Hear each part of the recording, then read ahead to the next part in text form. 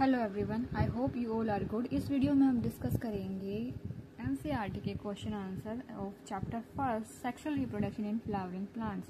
Question number first is name the parts of an angiosperm flower in which development of male and female gametophyte take place. तो उन structures के नाम बताने हैं जिसमें female और मेल गैमेटोफाइट जो है उनका डेवलपमेंट होता है। Development of male gametophyte takes place in anther and development of female gametophyte take place in ovary. Question number 2 is differentiate between the microsporogenesis and megasporogenesis. Which type of cell division occurs during these events? Name the structure formed at the end of these two events. तो ये questions पूछे गए हैं। First जो है उसका answer देखते हैं कि डिफरेंस क्या है माइक्रोस्पोरोजेनेसिस और मेगास्पोरोजेनेसिस में। तो माइक्रोस्पोरोजेनेसिस जो है the process of formation and differentiation of pollen grain from microspore mother cell by meiosis is known as microsporogenesis. और मेगास्पोरोजेनेसिस है the process of formation and differentiation of megaspore from megaspore mother cell by meiosis.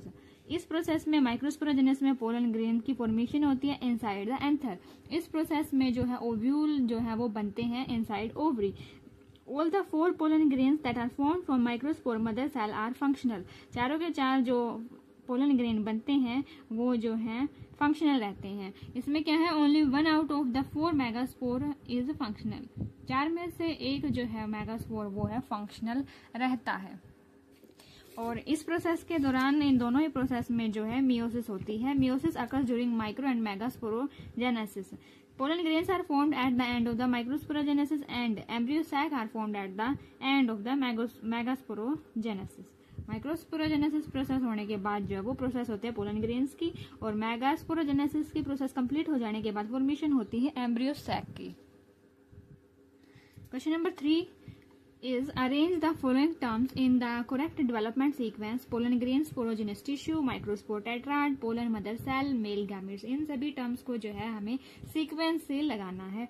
तो सबसे पहली जो process होती है वो है स्पोरोजिनस टिश्यू होता है, उसके बाद उसके अंदर पोलन मदर सेल्स बनते हैं, उसके बाद microspore tetrad, then pollen grain and then last में male gametes. Number 4 is with a neat label diagram describe the parts of a typical angiosperm ovule। एक टिपिकल एंजियोस्पर्म ओव्यूल जो है उसके सारे पार्ट्स के नाम जो है वो डायग्राम में शो करने हैं आप।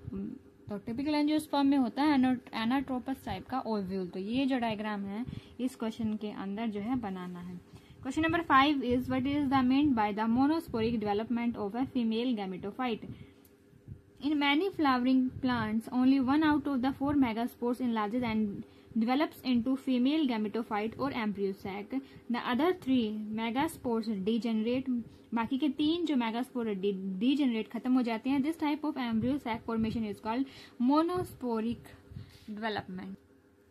क्वेश्चन नंबर 6 है with a neat diagram explain the 7-celled 8-nucleate nature of the female gametophyte. तो फीमेल गैमेटोफाइट के अंदर जो है 3-celled एग अपैरेटस होता है, 3 एंटीपोडल सेल्स होती हैं और 1 बाइन्यूक्लिएट सेंट्रल सेल, इसलिए इसको 7-celled एंड 8-nucleate स्ट्रक्चर बोलते हैं। तो आइए क्या करके देखते हैं इन स्ट्रक्चर्स को डिटेल में। एग अपैरेटस जो है वो 2 सिनर्जिड्स और 1 एग सेल को मिलाकर बनता है।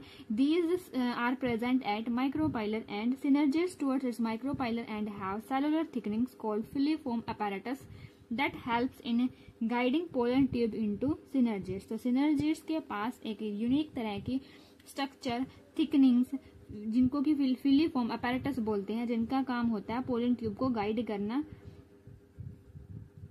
Next is antipodal cells. Chelagal end of embryo sac contain 3 cells of various shapes and sizes called antipodals। तो माइक्रोपाइलर एंड के ऑपोजिट साइड पे एंटीपोडल्स प्रेजेंट होते हैं।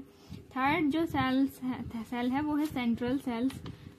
It is single and largest, single होती है ये और बड़ी होती है साइज में, लेकिन इसके अंदर जो है वो 2 न्यूक्लियस जो प्रेजेंट होती हैं, 2 पोलर न्यूक्लियाई, बाद में वो फ्यूज हो जाती हैं to form diploid secondary nucleus. और फर्टिलाइजेशन के बाद यही डिप्लॉइड सेकेंडरी न्यूक्लियस जो है वो ट्रिप्लॉइड प्राइमरी एंडोस्पर्म की जो है फॉर्मेशन करती है, बाद में फिर उससे एंडोस्पर्म की फॉर्मेशन होती है। Thanks for watching.